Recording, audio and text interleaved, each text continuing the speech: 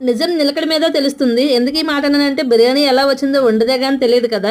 అమ్మా తల్లి అసలు నీకు వంటొచ్చా? అసలు నీ వంట తింటారా? లేదా పడేస్తారా? అంత మాట అనేసారండి. ఒక్కసారిగా నా గుండె ఆగినంత పనయింది. నా వంట మీద మా ఇంట్లో ముగ్గురు ఆధారపడి ఉన్నారు.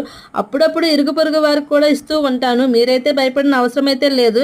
మొత్తానికి ఇక్కడ ఫైనల్‌గా బిర్యానీ ఎలా చేశానా అనేదైతే మాత్రంగా పక్కన పెడితే మాత్రంగా నెక్స్ట్ వీడియోలో కిందన మాడిందా లేదా అనేది మాత్రం నెక్స్ట్ వీడియోలో చూపెడతాను. ఇక్కడైతే దమ్ పెట్టడం మాత్రమే చూపెడుతున్నాను. చికెన్ బిర్యానీకి ఏమాత్రం తీసిపోయినంతగా పన్నీర్ దమ్ బిర్యానీ అయితే చేశాను. ఎందుకు బిర్యానీ చేశాను అంటే మాత్రంగా ఈరోజు మా ఇంట్లో మా హస్బెండ్ బర్త్డే అనమాట. అంటే మొన్న జరిగిన వీడియో అనమాట ఇది.